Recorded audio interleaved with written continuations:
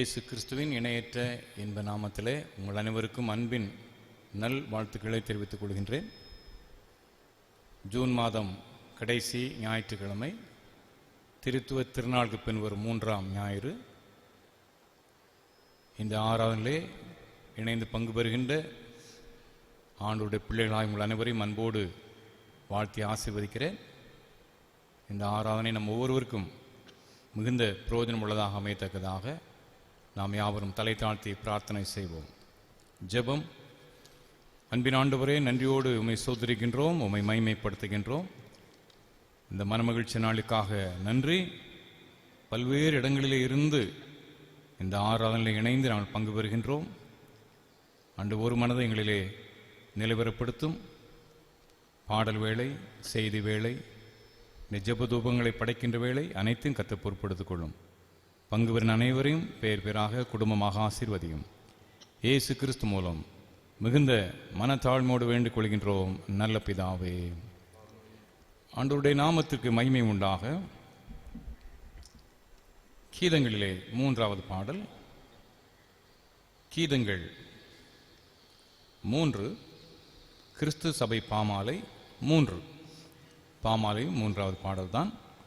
உன்னதம் ஆழம் எங்கேயும் தூயர்க்கு ஸ்தோத்திரம், அவரின் வார்த்தை செய்கைகள் மிகுந்த அற்புதம் என்ற பாடல் இணைந்து உற்சாகத்தோடு பாடுவோம்.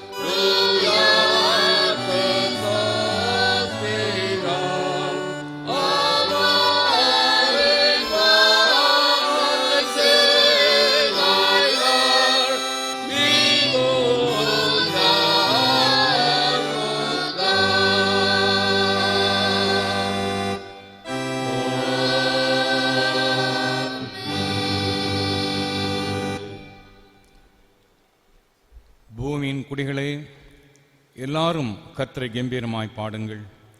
மகிழ்ச்சியோடு கர்த்தருக்கு ஆராதனை செய்து ஆனந்த சத்தத்தோடு அவர் சந்நிதி முன்வாருங்கள். கர்த்தரே தேவன் என்று அறியுங்கள், நாம் அல்ல, அவரே நம்மை உண்டாக்கினார்.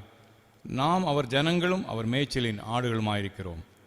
அவர் வாசல்களில் துதியோடும் அவர் பிரகாரங்களில் புகழ்ச்சியோடும் பிரவேசித்து அவரை துதித்து அவருடைய நாமத்தை ஸ்தோத்திரியுங்கள். கர்த்தர் நல்லவர், அவருடைய கிருபை என்றென்றைக்கும், அவருடைய உண்மை தலைமுறை தலைமுறைக்கும் உள்ளது. ஜெபம் பண்ண கடவோம். கர்த்தருடைய சன்னிதானத்திலே நம்முடைய பாவங்களை மனத்தாழ்மையோடு நாம் அறிக்கை செய்வோம். நாம் அறிந்தோ அறியாமலோ செய்த குற்றங்கள், சொல்லாலே, நினைவாலே, செயல்களாலே செய்த குற்றங்கள், செய்ய தவறி நன்மைகள், தேவ சமூகத்திலே மனத்தாழ்மையோடு நாம் அறிக்கை செய்வோம். கர்த்தருடைய நிறைவான ஆசீர்வாதத்தை சுதந்திரித்துக் கொள்ள நம்முடைய பாவங்கள் தடையாக இராதபடி நம்முடைய பாவங்களை தேவ சந்நிதியிலே மனத்தாழ்மையோடு நாம் அறிக்கை செய்வோமாக.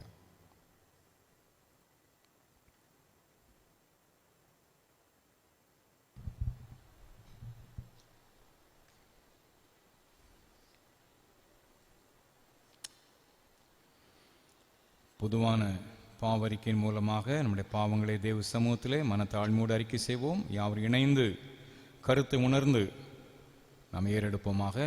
சர்வ வல்லமையும் மிகுந்த இரக்கமுள்ள பிதாவே, தப்பிப்போன ஆடுகளைப் போல வழிகளை விட்டு வழிவலைந்து போனோம். இருதயத்தின் யோசனைகளுக்கும் விருப்பங்களுக்கும் மிகவும் இணங்கி நடந்தோம். இந்த பரிசுத்த கருப்பு விரோதமாய் குற்றம் செய்தோம். செய்திட செய்யாமல் செய்தாதவர்களை செய்து வந்தோம். எங்களுக்கு சுகமே இல்லை. ஆனாலும் ஆண்டவரே, இவன் கர்த்தராகிய இயேசு கிறிஸ்துவின் மூலமாய் மனிதனுக்கு அருள் செய்த வாக்குத்தத்தங்களின்படியே நிர்வாகி குற்றவாளிகளுக்கு இறங்கும், தப்பிதங்களை அறிவிக்கும் மேல் பொறுமையாயிரும், பாவத்தின் நிமித்தம் துக்கப்படுகளை சீர்படுத்தும் மிகவும் இரக்கமுள்ள பிதாவே, இந்த பரிசுத்த நாமத்து மகிமை உண்டாகும்படி நான் தேவபக்தியும் நீதியும் தெளிந்த புத்தியுள்ளாய் நடந்து வர இயேசு கிறிஸ்து நிமித்தம் கிருபை செய்தருளும். ஆமென். நம்முடைய கர்த்தராகிய இயேசு கிறிஸ்துவின் பிதாவாயிருக்கிற சர்வவல்லமையுள்ள கடவுள் பாவியின் மரணத்தை விரும்பாமல் அவன் தன் பாவத்தை விட்டு திரும்பி பிழைப்பதை விரும்பி பாவத்தை நிமித்தம் துக்கப்படுகின்ற தம்முடைய ஜனத்திற்கு பாவ விமோசனத்தை மன்னிப்பையும் கூறி அறிவிக்க தம்முடைய பணிவிடைக்காருக்கு அதிகாரத்தையும் கட்டளையும் அருளி செய்திருக்கிறார். மெய்யாய் மனம் திரும்பி தம்முடைய பரிசுத்த சுவிசேஷத்தை உண்மையாய் விசுவாசிக்கிற யாவருக்கும் அவர் பாவங்களை மன்னித்து விமோசனம் செய்கிறார். ஆகையால் கடைசியிலே அவருடைய நித்திய ஆனந்தத்தில் சேரத்தக்கதாய் இத்தருணத்தில் நாம் செய்கிறது அவருக்கு பிரியமாயிருக்கவும் இனி உயிரோடு இருக்கும் நாளெல்லாம் மாசு இல்லாமல் பரிசுத்தமுள்ளவர்களாய் நடக்கவும் அவர் நமக்கு மெய்யான மனம் திரும்புதலையும் தம்முடைய பரிசுத்த ஆவியையும் அருளிச் செய்வாராக.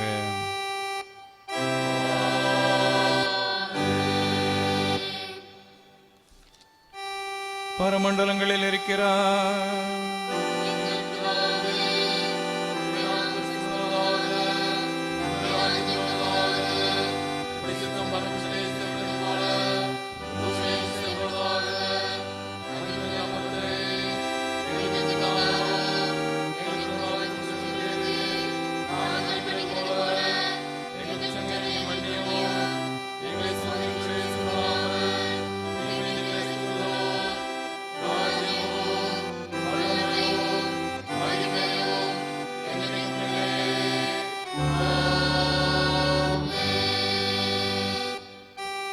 ஆண்டவரே, எங்கள் உதடுகளை திறந்தருளோ.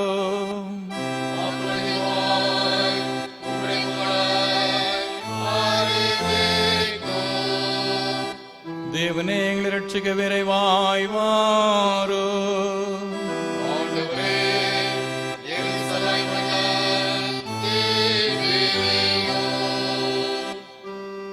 பிதாவுக்கும் குமாரனுக்கும் பரிசுத்த ஆவிக்கும் மகிமை உண்டாவதாக.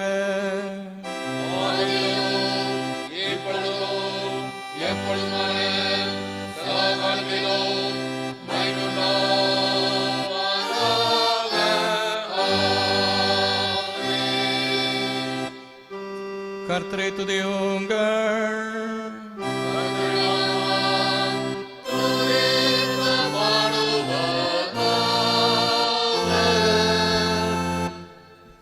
முறைமுறையாக வாசிக்க குறித்த விசேஷித்த சங்கீதம் 18ஆம்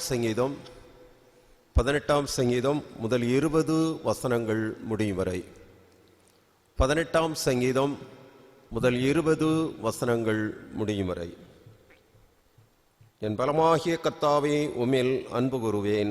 கர்த்தர் என் கன்மலையும் என் கோட்டையும் என் இரட்சகரும் என் தேவனும், நான் நம்பியிருக்கிறேன் துருகமும் என் கேடகமும் என் இரட்சணிய கொம்பும் என் உயர்ந்த அடைக்கலமுமாயிருக்கிறார். துதிக்கு பாத்திராகிய கர்த்தரை நோக்கி கூப்பிடுவேன், அதனால் என் சத்துருக்களுக்கு நீங்களாக்கி ரட்சிக்கப்படுவேன். மரண கட்டுகள் என்னை சுற்றி கொண்டது, துர்ச்சன பிரவாகம் என்னை பயப்படுத்தினது. பாதாள கட்டுகள் என்னை சூழ்ந்து கொண்டது, மரண கண்ணிகள் என் மேல் விழுந்தது. எனக்கு உண்டான நெருக்கத்திலே கர்த்தரை நோக்கி கூப்பிட்டு என் தேவனை நோக்கி அபயமிட்டேன். தமது ஆலயத்திலிருந்து என் சத்தத்தை கேட்டார்.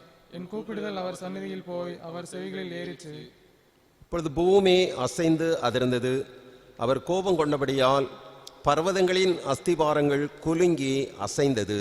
அவர் நாசியிலிருந்து புகை எழும்பிச்சு, அவர் வாயிலிருந்து பச்சிக்கிற அக்கினி புறப்பட்டது, அதனால் தளல் மூண்டது. வானங்களை தாழ்த்தி இறங்கினார், அவர் பாதங்களின் கீழ் காரிருள் இருந்தது. கேருவின் மேல் ஏறி வேகமாய் சென்றார், காற்றின் செட்டைகளை கொண்டு பறந்தார். இருளை தமக்கு மறைவிடமாக்கினார், கரும்புனல்களையும் ஆகாயத்து கார்மேகங்களையும் தம்மை சூட கூடாரமாக்கினார். அவருடைய சந்நிதி பிரகாசத்தினால் அவருடைய மேகங்கள் பறந்து விலகிச்சு, கல்மலையும் நெருப்பு தளமும் விழுந்தது. கர்த்தர் வானங்களிலே குமரினார், உன்னதமானவர் தமது சத்தத்தை தொனிக்க பண்ணினார், கல்மலையும் நெருப்பு தளலும் விழுந்தது. தம்முடைய அம்புகளை எய்து அவர்களை சிதறடித்தார், மின்னல்களை பிரயோகித்து அவர்களை கலங்க பண்ணினார்.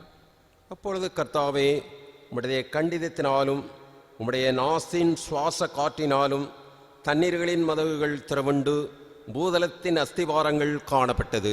உயரத்திலிருந்து அவர் கை நீட்டி என்னை பிடித்து ஜலப்பிரவாகத்தில் இருக்கிற என்னை தூக்கிவிட்டார்.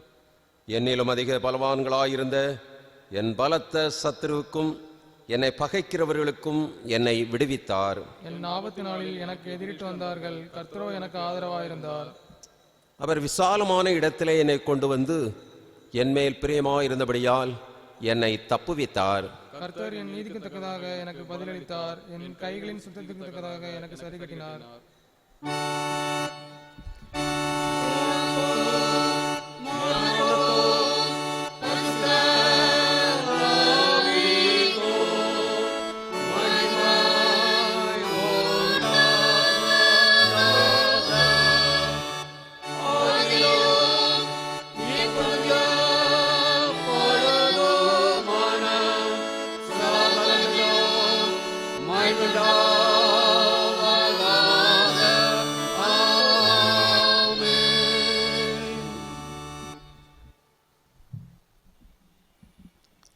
கிறிஸ்துவுக்குள் மிக பிரியமானவர்களே, இந்த நாளிலே திருச்சபை என்ற தலைப்பிலே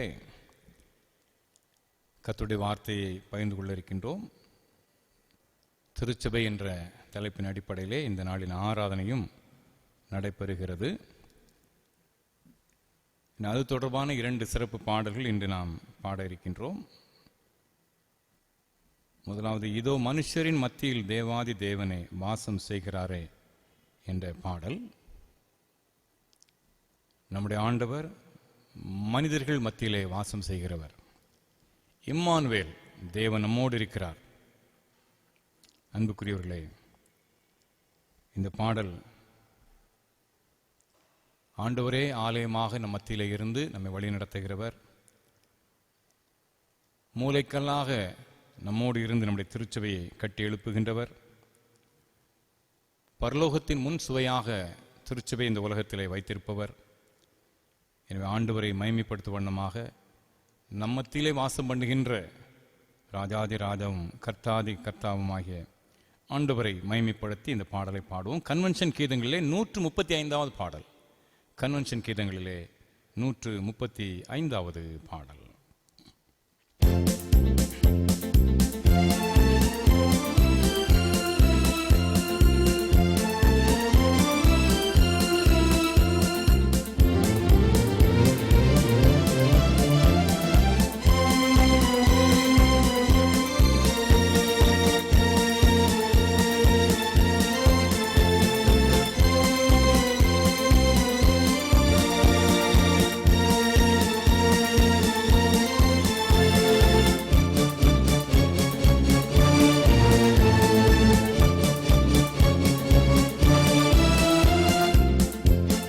மனுஷரின் மத்தியில் தேவாதி தேவனே வாசம் செய்கிறாரே.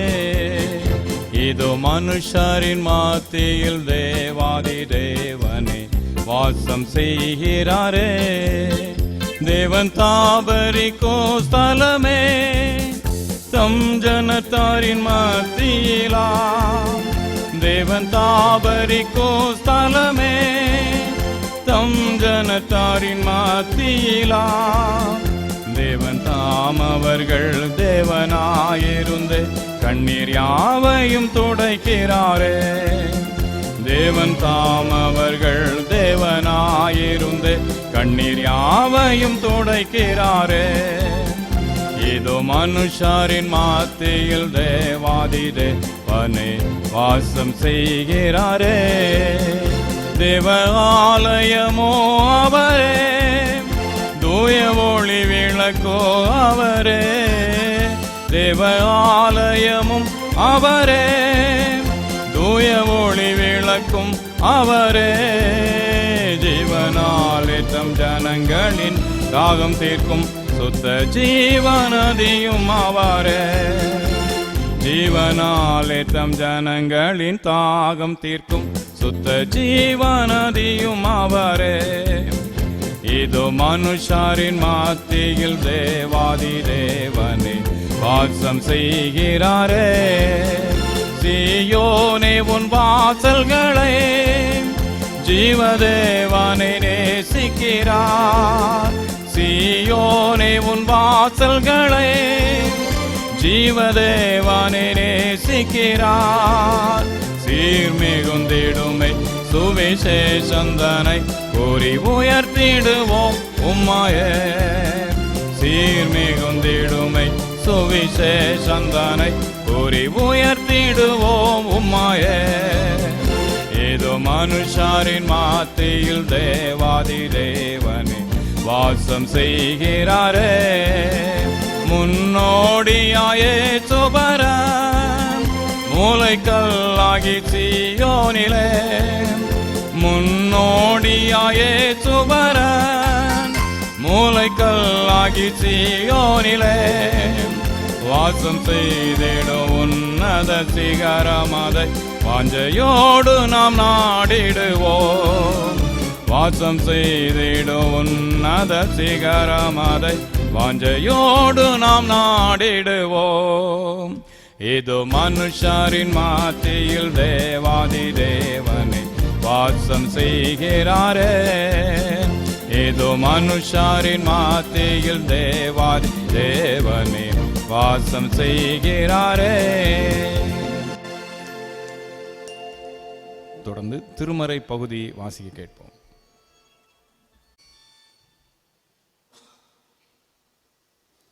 வாசிக்கும்படியாக குறிக்கப்பட்ட திருமறை பகுதி அப்போஸ்தலனாகிய பவுல் தீமோத்தேயுவுக்கு எழுதின முதலாம் நிருபம் 3ஆம் அதிகாரம் 8ஆம் வசனம் முதல் 16ஆம் வசனம் வரை. 1 தீமோத்தேயு 3ஆம் அதிகாரம் 8ஆம் வசனம் முதல். அந்தபடியே உதவிக்காரரும் இரு நாக்குள்ளவர்களாயும் மதுபான பிரியராயும் இழிவான ஆதாயத்தை இச்சிக்கிறவர்களாயும் இராமல் நல்லொழுக்கம் உள்ளவர்களாயும் விசுவாசத்தின் இரகசியத்தை சுத்த மனசாட்சியிலே காத்து கொள்கிறவர்களாயும் இருக்க வேண்டும். மேலும் இவர்கள் முன்னதாக சோதிக்கப்பட வேண்டும். குற்றம் சாட்டப்படாதவர்களானால் உதவிக்காரராக ஊழியம் செய்யலாம். அந்தபடியே ஸ்திரீகளும் நல்லொழுக்கம் உள்ளவர்களும் அவதூறு பண்ணாதவர்களும் தெளிந்த புத்தி உள்ளவர்களும் எல்லாவற்றிலேயும் உண்மை உள்ளவர்களுமாய் இருக்க வேண்டும். மேலும் உதவிக்காரரானவர்கள் ஒரே மனைவியுடைய புருஷருமாய் தங்கள் பிள்ளைகளையும் சொந்த குடும்பங்களையும் நன்றாய் நடத்துகிறவர்களுமாய் இருக்க வேண்டும். இப்படி உதவிக்காரருடைய ஊழியத்தை நன்றாய் செய்கிறவர்கள் தங்களுக்கு நல்ல நிலையையும் கிறிஸ்து இயேசுவை பற்றும் விசுவாசத்தில் மிகுந்த தைரியத்தையும் அடைவார்கள். நான் உன்னிடத்திற்கு சீக்கிரமாய் வருவேன் என்று நம்பியிருக்கிறேன். தாமதிப்பேனையாகில் தேவனுடைய வீட்டிலே நடக்க வேண்டிய வருகையை நீ அறியும்படி இவைகளை உனக்கு எழுதுகிறேன். அந்த வீடு ஜீவனுள்ள தேவனுடைய சபையை சபையாய் சத்தியத்திற்கு தூணும் ஆதாரவுமாயிருக்கிறது. அன்றியும் தேவ பக்திக்குரிய இரகசியமானது யாவரும் ஒப்புக்கொள்ளுகிறபடியே மகா மேன்மை உள்ளது. தேவன் மாம்சத்திலே வெளிப்பட்டார், ஆவியிலே நீதி உள்ளவர் என்று விளங்கப்பட்டார், தேவ தூதர்களால் காணப்பட்டார், புறஜாதிகளிடத்தில் பிரசங்கிக்கப்பட்டார், உலகத்திலே விசுவாசிக்கப்பட்டார், மகிமையிலே ஏறெடுத்து கொள்ளப்பட்டார் என்பது வாசிக்கும்படியாக குறிக்கப்பட்ட திருமறை பகுதி வாசித்தாயிற்று.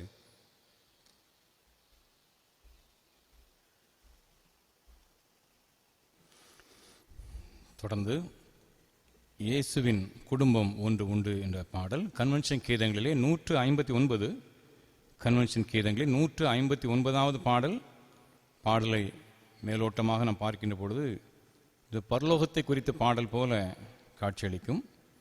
ஆனால் திருச்சபையை அடிப்படையாக கொண்ட ஒரு பாடல் இது.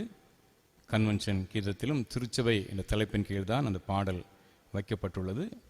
திருச்சபையிலே இப்படிப்பட்ட குணாதிசயங்கள் இருக்க வேண்டும் என்ற தாகத்தோடு அங்கே பக்தர் ஒருவர் எழுதிய அருமையான ஒரு பாடல் நாம் இணைந்து உற்சாகத்தோடு பாடலாம்.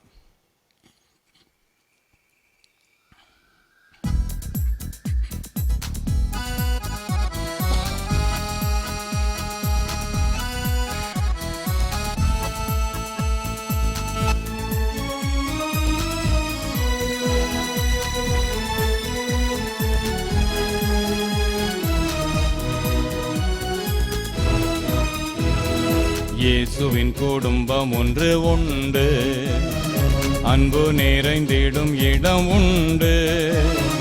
இயேசுவின் குடும்பம் ஒன்று உண்டு, அன்பு நிறைந்திடும் இடம் உண்டு.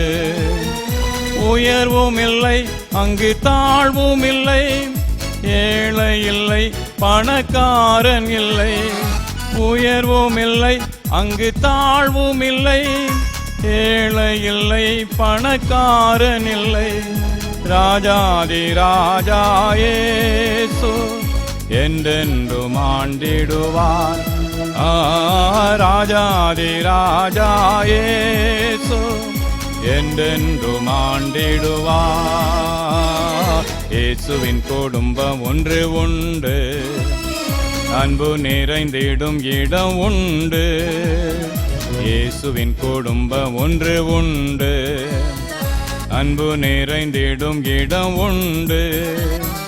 பாவம் இல்லை அங்கு சாபம் இல்லை, வியாதி இல்லை கடும் பசியும் இல்லை. பாவம் இல்லை அங்கு சாபம் இல்லை, வியாதி இல்லை கடும் பசியும் இல்லை. ராஜாதி ராஜா இயேசு என்றென்றும் காத்திடுவார். ராஜாதி ராஜா இயேசு என்றென்றும் காத்திடுவார். இயேசுவின் குடும்பம் ஒன்று உண்டு, அன்பு நிறைந்திடும் இடம் உண்டு. இயேசுவின் குடும்பம் ஒன்று உண்டு, அன்பு நிறைந்திடும் இடம் உண்டு. இன்பம் உண்டு சமாதானம் உண்டு, வெற்றி உண்டு துதி பாடல் உண்டு. இன்பம் உண்டு சமாதானம் உண்டு, வெற்றி உண்டு துதி பாடல் உண்டு. ராஜாதி ராஜா இயேசு என்றென்றும் ஈந்திடுவார். ராஜாதி ராஜா இயேசு என்றென்றும் ஈந்திடுவார். இயேசுவின் குடும்பம் ஒன்று உண்டு, அன்பு நிறைந்திடும் இடம் உண்டு. இயேசுவின் குடும்பம் ஒன்று உண்டு, அன்பு நிறைந்திடும் இடம் உண்டு. நாம் நம்முடைய விசுவாசத்தை அறிக்கை செய்வோம். அப்போஸ்தலர் விசுவாச பிரமாணத்தின் மூலமாக நம்முடைய விசுவாசத்தை நாம் அறிக்கை செய்வோம். வானத்தையும் பூமியையும் படைத்த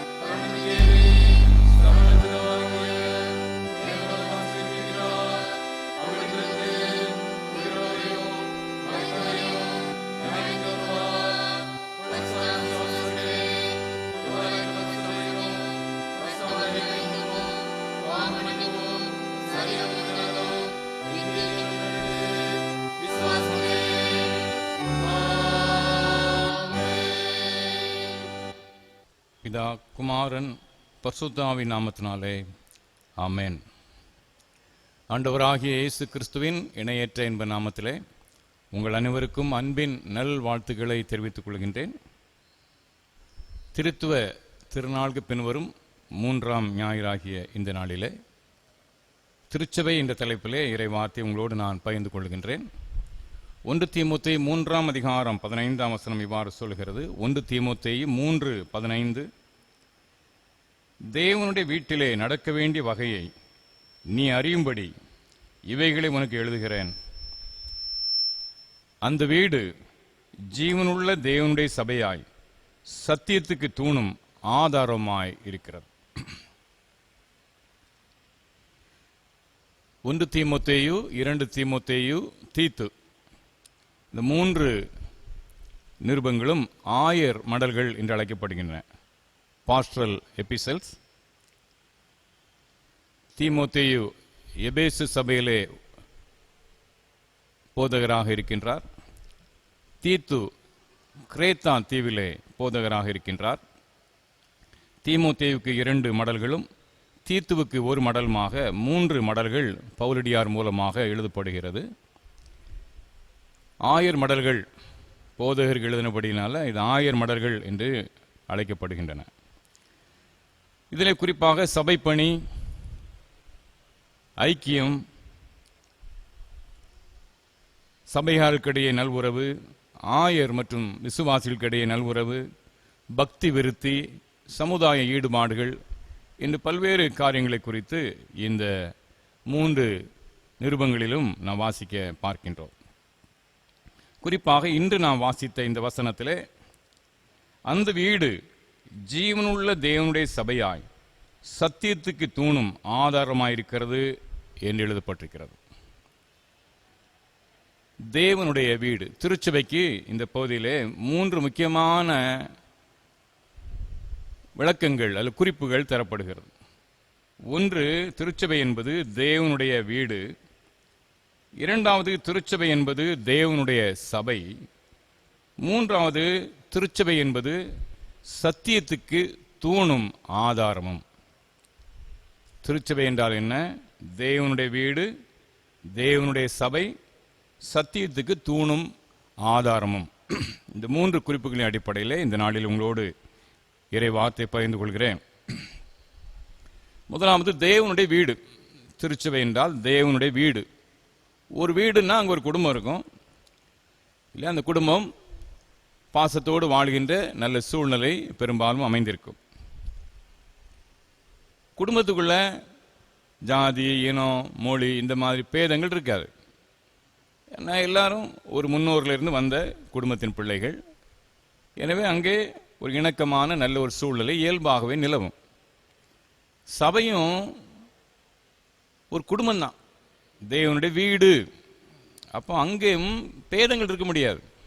ஜாதி, இனம், மொழி, மற்ற விதமான பேதங்கள் எதுவும், பணக்காரன், ஏழை, படித்தவன், படிக்காதவன், எந்த விதமான பேதங்களும் அங்கே இருக்க முடியாது. அது ஒரு குடும்பம். அன்பார்ந்தவர்களே, திருச்சபை ஒரு குடும்பம் என்பதை உணர்ந்து நாம் வாழ நாம் அழைக்கப்படுகிறோம்.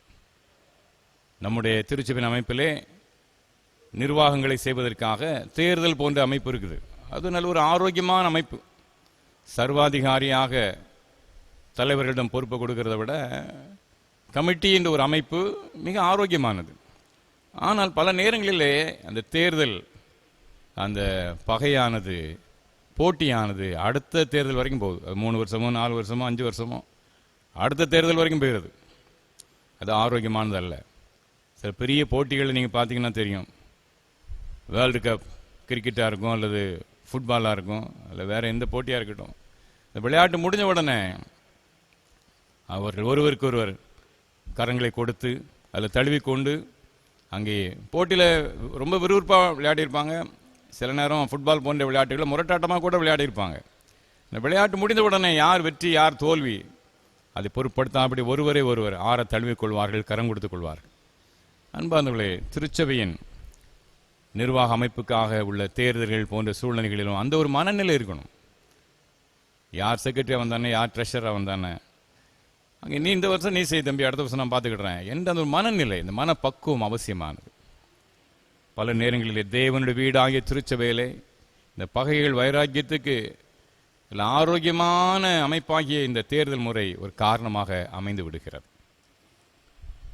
ஒன்று, அப்போ தேவனுடைய வீடுங்கிறதுனால நம்முடைய திருச்சபை ஒரு குடும்பம். இங்கே நாம் ஒருத்தருக்கு ஒருத்தர் அந்யோன்யமாக ஐக்கியமாக நாம் வாழ எந்த வேறுபாடுகள் இன்றி நாம் ஆண்டவரை தொழுது கொள்ள அழைக்கப்பட்டோம். ஒன்று.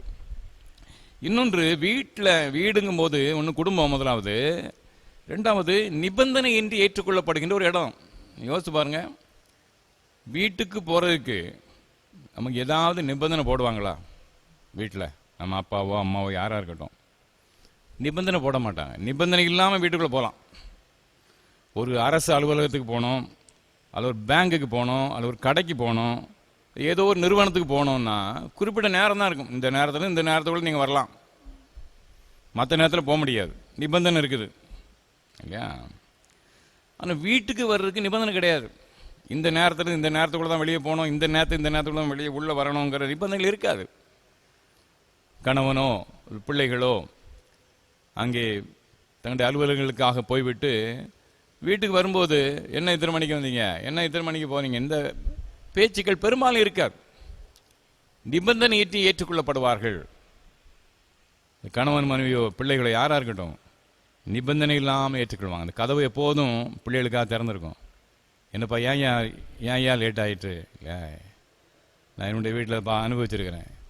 எங்கள் அம்மா சித்தி போன்றவர்கள் பிள்ளைகளை கேட்குறது ஏன் லேட் ஆகிட்டு, அவ்வளவுதான். அந்த ஒரே வார்த்தை தான், சாப்பிடு என்று உடனடியாக அன்போடு சாப்பாடு பரிமாறுவார்கள்.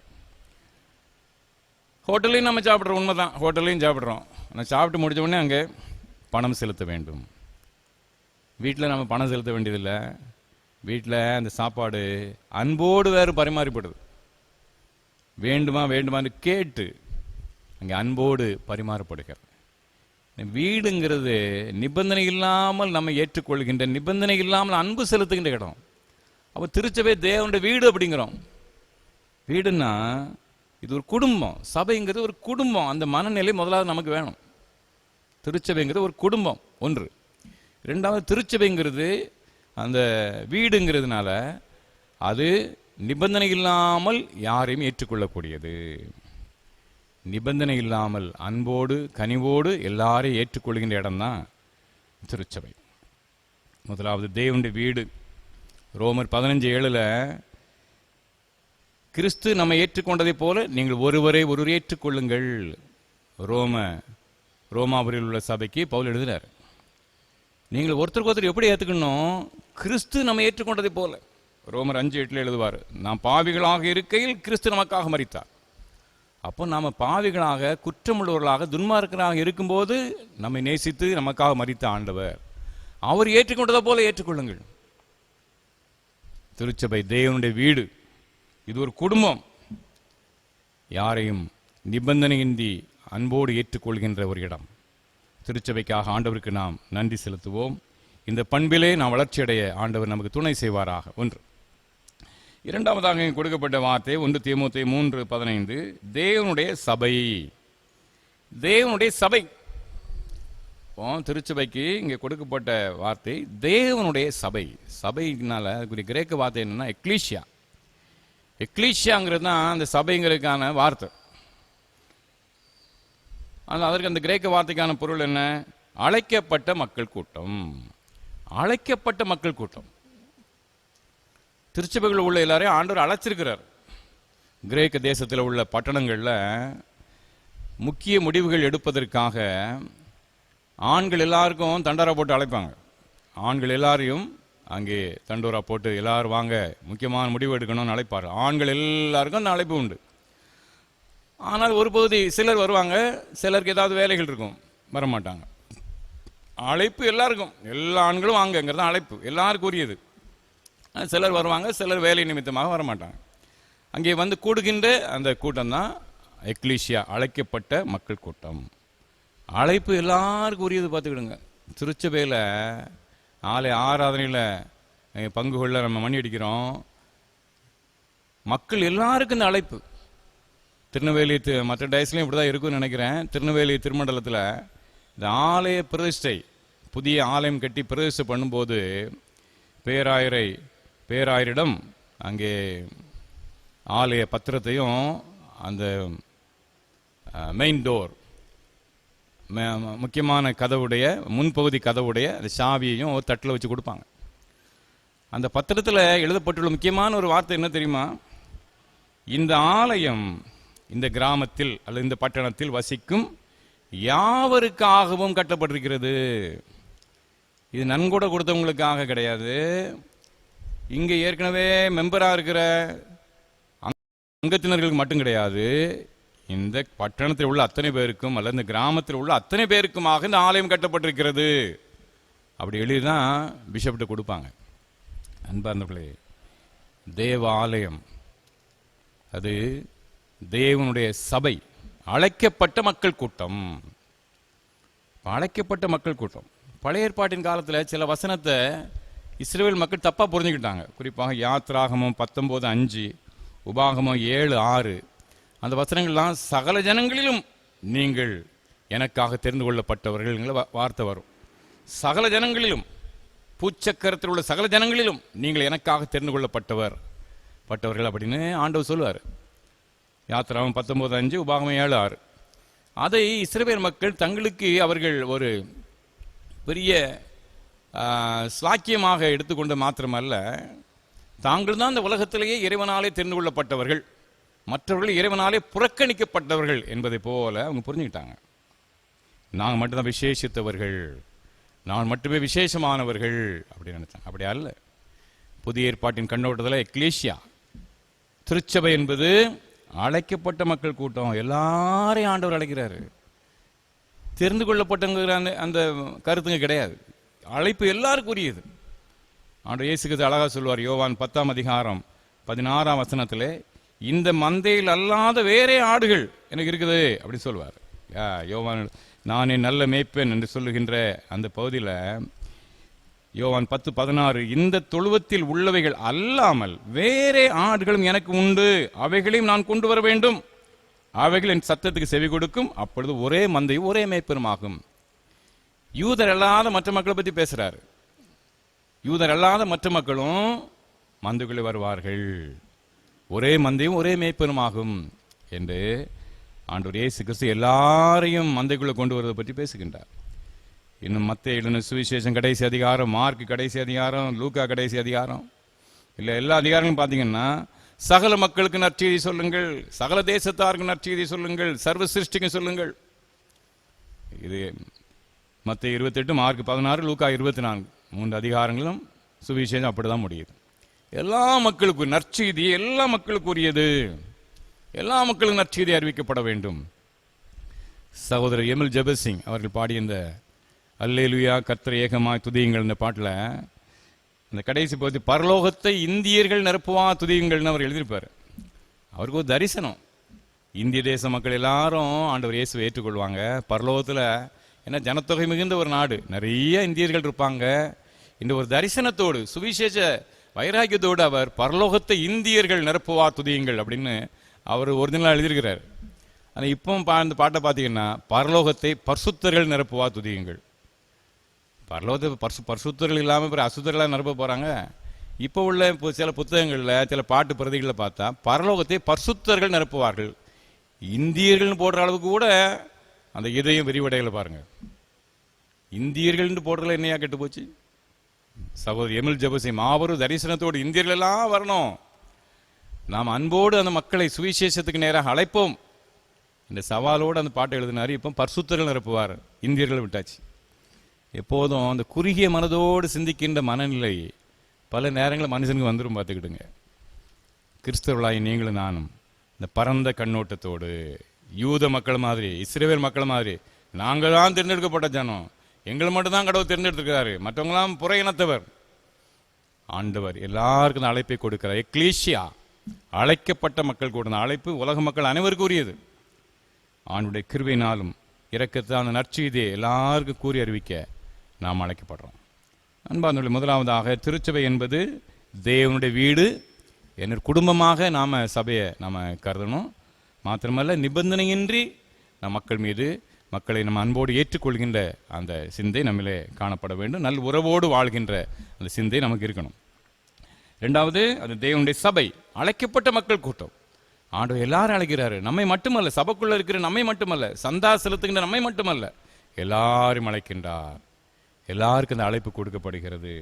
அந்த பரந்த சிந்தையோடு இந்த உலகத்தில் நாம் நல்ல பணிகளை, நற்செய்தி பணிகளை செய்து நிறைவேற்ற நாம் அழைக்கப்படுறோம். மூன்றாவதாக, அந்த வீடு ஜீவனுள்ள தேவனுடைய சபையாய் சத்தியத்துக்கு தூணும் ஆதாரமாக இருக்கிறது. மூன்றாவது, சத்தியத்துக்கு தூணும் ஆதாரமும். திருச்சபை என்பது தேவனுடைய வீடு, திருச்சபை என்பது தேவனுடைய சபை, கடவுளுடைய சபை, என்னுடைய சபை, உன்னுடைய சபை என்று நாம் மாறுதற்கு ஒன்றுமே கிடையாது. தேவனுடைய சபை. மூன்றாவது, அது சத்தியத்துக்கு தூணும் ஆதாரமாக இருக்கிறது. அப்போஸ்தலர் 19ஆம் அதிகாரத்தில் தியானாளின் ஆலயம்ங்கிற அந்த பகுதி, அதை பற்றிய அந்த விளக்கங்கள் அதில் இருக்குது. அதை ஒட்டி ஒரு கலவரம் வரும். இந்த தியானாளின் ஆலயம் எங்கே இருக்குன்னா, தீமோத்தேயு ஊழியம் செய்தாரே அந்த எபேசு பட்டணத்தில் இருந்தது. அந்த எபேசு பட்டணத்தில் இருந்த அந்த டயனா, ஆங்கிலத்திலே தியானாளின் ஆலயம், உலக அதிசயம் 7ல் ஒன்றா இருந்துச்சு தான். அப்போ உலக அதிசயம் 7 இருந்தது. அந்த 7ல் இது ஒன்று, இந்த தியானாளின் ஆலயம். அதில் 127 பெரிய தூண்கள் இருந்ததாம். 127 பெரிய தூண்கள். ஒவ்வொரு தூணும் பளிங்கு கற்களாலே செய்யப்பட்டது, பளிங்கு கற்களாலே அமைக்கப்பட்டது. அவைகளை சுற்றி பொன் மற்றும் விலையுயர்ந்த கற்களாலே அலங்கரிக்கப்பட்டிருந்தது. அது உலக அதிசயத்தில் ஒன்றாக ஏன் இருந்துச்சுன்னா, இந்த 127 தூணும் பொற்தகடுகளாலே அலங்கரிக்கப்பட்டது. பளிங்கு தூண், அநேக சிறந்த நவரத்தின கற்கள் அதில் பதிக்கப்பட்டிருந்தது. அநேக ராஜாக்கள் பொறுப்படுத்து ஒவ்வொரு இந்த தூணை நான் செய்கிறேன், இந்த தூணை நான் செய்கிறேன் என்று பல ராஜாக்கள் பொறுப்படுத்து செய்தது. அன்பார்ந்தவர்களே, இந்த தியானாள் ஆலய தூண்கள் உலக புகழ் பெற்றவை. ஆனால் உலகத்திலே அதிசயமாக விளங்கியவை. ஆனால் அவைகள் சத்தியத்துக்குரிய தூண்கள் அல்ல. ராஜாக்கள் பெரும்பொருள் செலவழித்து உருவாக்கிய உலக புகழ்பெற்ற அந்த தூண்கள் அல்ல சத்தியத்துக்கு ஆதாரமானவை. சத்தியத்தை கொடுக்கின்ற தூண்கள் என்ன? திருச்சபை. சாதாரணமான மக்கள் வாழ்ந்த ஆராதனைகளில் பங்கு பெற்ற அந்த திருச்சபை தான் சத்தியத்து தூண் அப்படிங்கிறார். எபேசு பட்டணத்தில் வசித்த அந்த மக்களுக்கு தூணுன்னாக்கி உடனே தியானாளின் ஆலய தூண் தான் ஞாபகத்தில் வரும். அங்கே பவுலுடைய அழகாக எழுதுகிறார், சத்தியத்து தூண் உங்களுடைய திருச்சபை தான்ப்பா, உங்களுடைய திருச்சபை தான் சத்தியத்து தூண் என்று அவர் அங்கே சொல்கின்றார். அன்பான சகோதர சகோதரிகளே, ஆண்டவர் நம்மை சத்தியத்துக்கு தூணாக, ஆதாரமாக அவர் நம்மை வைத்திருக்கின்றார். நம்முடைய திருச்சபையின் மூலமாக சத்தியம் பிரசங்கிக்கப்படுகிறதா என்பதை நாம் யோசித்து பார்க்கணும். நாம் உயர்நிலை பள்ளி மற்றும் கல்லூரிகளிலே படித்த காலத்தில் சில பிரசங்கிமார் வருவாங்க, அதிகமாக மனம் திரும்புதலை பற்றி பேசுவாங்க. மனம் திரும்புதல், ரட்சிப்பு, நம்முடைய வாழ்க்கையை ஆண்டவருக்கு அர்ப்பணிக்கிறது, அதை பற்றி பேசுவாங்க. எத்தனை பேர் தன்னுடைய வாழ்வை ஒப்பு கொடுத்தாங்க, அதுதான் அங்கே பேசப்படும். ஆனால் இப்போ நீங்கள் பார்த்தீங்கன்னா இந்த கூட்டத்தினுடைய அந்த போக்கே மாறிவிட்டது. எத்தனை பேர் சுகமானாங்க, எத்தனை பேர் சுகமானார்கள், வியாதி எத்தனை பேருக்கு சுகமாச்சுது, அதான் எண்ணிக்கை. 30-40 வருஷத்துக்கு முன்னால் எத்தனை பேர் ரட்சிக்கப்பட்டார்கள், எத்தனை பேர் தங்களுடைய வாழ்வை ஆண்டவருடைய நற்செய்திக்காக ஒப்பு கொடுத்தார்கள், எத்தனை பேர் ஊழியத்துக்கு ஒப்பு கொடுத்தாங்க, அந்த எண்ணிக்கை பார்த்தாங்க. இப்பொழுது எத்தனை பேர் சுகம் பெற்றார்கள், எவ்வளவு பரிதாபம் பாருங்க. சுகம் பெற்றுக்கொள்வது எல்லா சமயத்திலும் நடக்குது. நீ பிற சமய மக்களை பார்த்தீங்கன்னா, எங்க புண்ணிய ஸ்தலத்துக்கு தான் போனேன், அங்கே எனக்கு சுகம் கிடைச்சது, எனக்கு பிள்ளைகள் கிடைச்சது, எனக்கு வீடு கிடைச்சது, நிறைய சாட்சிகளை கேட்கலாம். ஆஸ்பத்திரிகள், பிரம்மாண்டமான ஆஸ்பத்திரிகள், ஆயிரக்கணக்கான மக்கள் சுகமடைஞ்சு போயிட்டே இருக்கிறாங்க. அன்பார்ந்தவர்களே, சுகம் கிடைக்கின்ற இடம் ஆஸ்பத்திரியில் கிடைக்குது, பல்வேறு இடங்களில் நம்பிக்கையோடு போய் அங்கே கிடைக்குது, அவை பெரிதில்லை. ரட்சிப்பு கிடைக்கின்ற இடம் திருச்சபை தான். ஆண்டவராக இயேசுவின் மூலமாக மட்டுமே ரட்சிப்பு, அது வேற எங்கேயும் கிடைக்காது, ஆஸ்பத்திரியில் கிடைக்காது, வேற புண்ணியத்தலங்கள் கிடைக்காது. ரட்சிப்பு கிடைக்கின்ற இடம் சத்தியத்துக்கு தூணாகிய திருச்சபையில். திருமறையிலே ஆண்டவராய் இயேசு கிறிஸ்து உருவாக்கிய உன்னதமான சுவிசேஷத்திலே, அன்பார்ந்த சகோதர சகோதரிகளே, இதை நம்முடைய வாழ்க்கையிலே நாம் உணரணும். பார்த்துக்கிட்டுங்க, ரொம்ப ரொம்ப அவசியமானது. திருச்சபை சத்தியத்துக்கு தூணும் ஆதாரமாக அது இருக்கிறது. எனவே நாம் நம்முடைய வாழ்க்கை முறையை முதலாவது நாம் சரி பண்ணணும். நாம் முதல்ல சத்தியத்தில் நடக்கணும் இல்லையா? நாம் சத்தியத்தில் நடந்து அந்த முன்மாதிரியோடு சத்தியத்தை பிறருக்கு சொல்லணும். சத்தியத்தின்படி நாம் வாழாமல் நாம் பிறருக்கு நான் இதான் சத்தியம்னு சொல்ல ஆரம்பித்தா அது கேலி செய்யப்படும் இல்லையா? நான் இளவயதில் கேட்ட இன்னொரு சிறிய செய்தி எனக்கு ஞாபகத்துக்கு வருகிறது. நான் உயர்நிலைப்பள்ளி படித்து கொண்டிருந்த அந்த காலம், 4 மாதத்துக்கு ஒரு முறை ஒரு பிரசங்கர் வழக்கமாக வருவார்கள். 3 அல்லது 4 மாதத்துக்கு ஒருக்கா அவர் வருவார். அவருடைய பேர் எனக்கு சரியாக ஞாபகம் இல்லை. அவர் ஒருவரை பற்றி ஒரு வரலாறு சொல்லிக்கிட்டு இருந்தார். அவர் யாரை பற்றி சொன்னாருங்கிறது எனக்கு ஞாபகம் இல்லை. ஆனால் அந்த நிகழ்ச்சி எனக்கு நன்றாக ஆழமாக பதிந்து விட்டது. அது என்ன நிகழ்ச்சின்னா, அந்த பிரசங்கர் ஒரு பிரபலமான ஒரு நபரை பற்றி சொன்னார். அந்த நபர் வெளிநாட்டுக்கு போயிட்டு விமானத்தில் வந்து இறங்கினாராம். சென்னை விமான நிலையத்தில் அவர் வந்து இறங்குறார். இறங்கின உடனே அங்கே அவருடைய பெட்டி கஸ்டம்ஸ் அஃபீஷியலால் செக் பண்ணப்படுது. வெளியே வரணும். கஸ்டம்ஸ் அஃபீஷியல் அவருடைய அந்த கொண்டு வந்த பெட்டியை அவங்க சோதனை போடுறாங்க. அது ஒருவர் அதை திறந்தாராம். அந்த பெட்டி திறந்தாராம். திறந்த உடனே மேலே இருந்தது பைபிள். மேலே பெட்டியில் மேலே இருந்தது பைபிள். உடனடியாக கஸ்டம்ஸ் ஆஃபீஸர் அந்த பெட்டியை அப்படியே பூட்டிட்டு நீங்கள் போகலாம் என்று அனுப்பினாராம். எவ்வளவு ஒரு உன்னதமான ஒரு சாட்சி பாருங்க. அந்த பைபிள் அந்த பெட்டியில் மேலே இருக்கிறத பார்த்த உடனே இனி இவரை சோதிப்பதற்கு ஒன்றுமில்லை, இவர் எந்த தவறும் செய்திருக்க மாட்டார் என்று நம்பி அந்த கஸ்டம்ஸில் வேலை செய்கிற அந்த ஆஃபீஸர் நீங்கள் போங்க என்று அனுப்புகிறார். இல்லை, இந்த நாட்களிலே மேலே அது மாதிரி பைபிளை பார்த்தாக்கி அப்படி விடுவார்கள் என்று நினைக்கிறீர்களா? எனக்கு இன்னும் ஒரு சந்தேகம்தான். அன்பா அந்த சகோதர சகோதரிகளே, நம்முடைய வாழ்விலே நாம் சத்தியத்தை காட்டணும். சத்தியத்துக்கு தூணும் ஆதாரமும் அங்கே எபேசு டயானா கோயில் தூணில் இல்லை, அது நம்முடைய வாழ்க்கையில் இருக்குது. உங்களுடைய வாழ்விலே என்னுடைய வாழ்விலே சத்தியத்தை வெளிக்காட்டுகின்ற மக்களாக நான் வாழ்ந்து ஆண்டவராய் இயேசு கிறிஸ்துவின் பேரன்பை மற்றவர்களுக்கு நாம் காட்டும்போது அநேக மக்கள் ஆண்டவருடைய அன்பை ருசிப்பார்கள், ஆண்டவரை இரட்சகராக ஏற்றுக்கொள்வார்கள், திருச்சபை ஆசீர்வதிக்கப்படும், சமுதாயம் வளம் பெறும். அப்படிப்பட்ட சிந்தையுடைய மக்களாக சத்தியத்துக்கு தூணும் ஆதாரமாக இறைநாமத்தை நாம் மகிமைப்படுத்த தேவன் தாமே நம் அருள் புரிவாராக. ஆமேன், ஆமேன். அன்பார்ந்தவர்களே, தொடர்ந்து நாம் நம்முடைய விசுவாசத்தை நாம் அறிக்கை செய்வோம். அப்போஸ்தலர் விசுவாச பிரமாணத்தின் மூலமாக நம்முடைய விசுவாசத்தை நாம் அறிக்கை செய்வோமாக. வானத்தையும் பூமியையும் படைத்த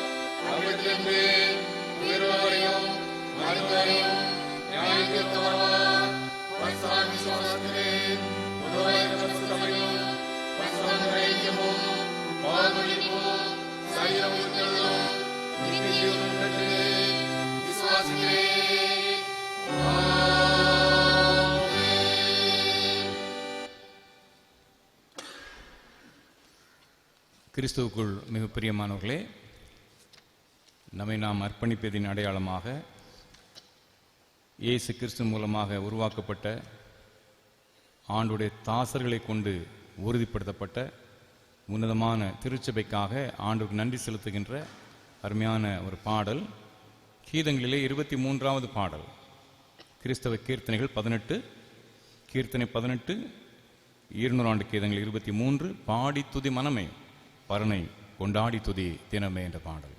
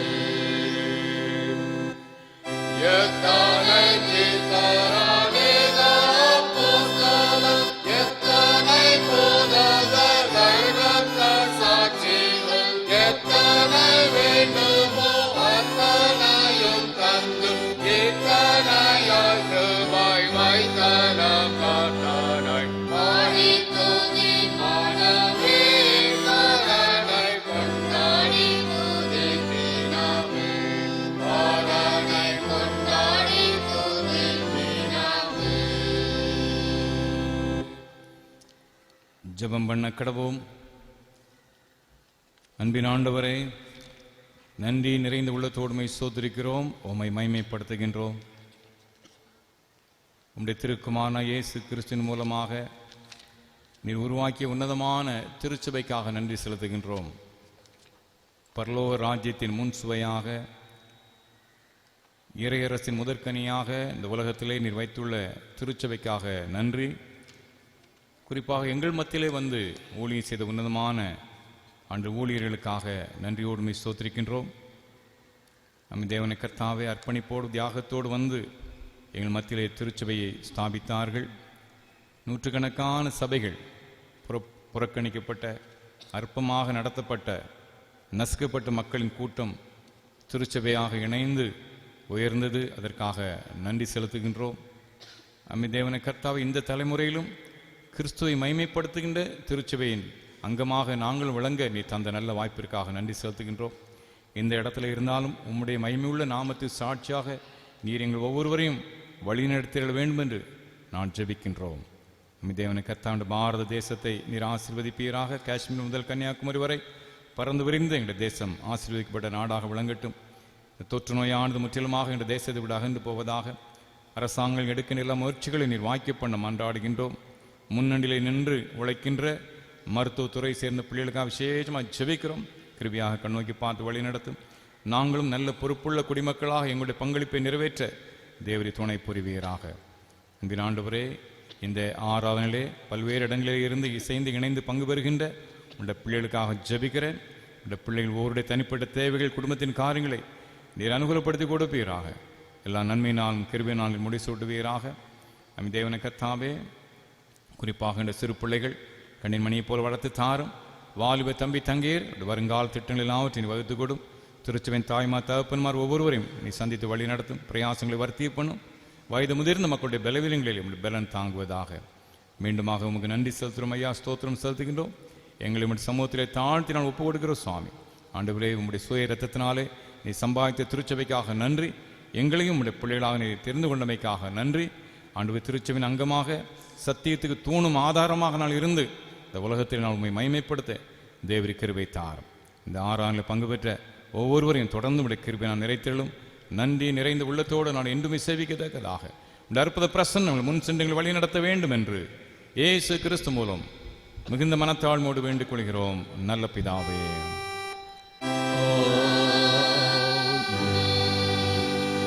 தேவனுடைய இரக்கமுள்ள கிருபைக்கும் பராமரிப்பும் ஒப்புக் கொடுக்கிறோம்.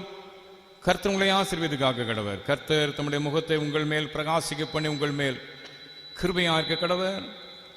கர்த்தர் தம்முடைய முகத்தை உங்கள் மேல் பிரசன்னமாக்கி இப்பொழுதும் எப்பொழுதும் சமாதானம், சந்தோஷம், நீடிய சுக வாழ்வு கட்டளையிட கடவர்.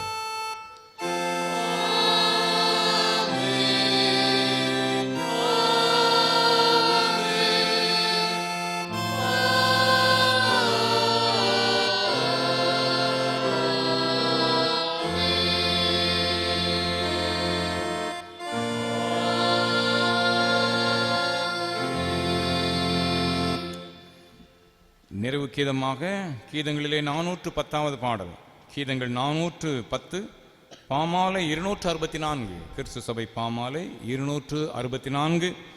நல் மீட்பர் இயேசு நாமமே என் காதுக்கு இன்பமா, புண்பட்ட நெஞ்சை ஆற்றவே ஊற்றுண்ட தைலமா.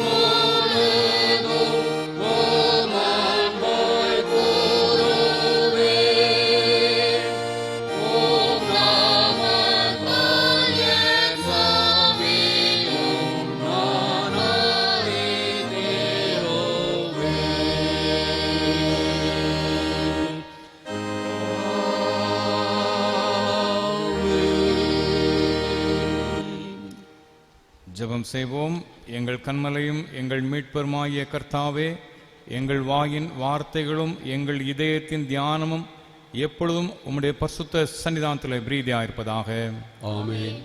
கர்த்தர் உங்களோடு இருப்பாராக. அவர் இருப்பாராக. அவருக்கு நன்றி. God bless you.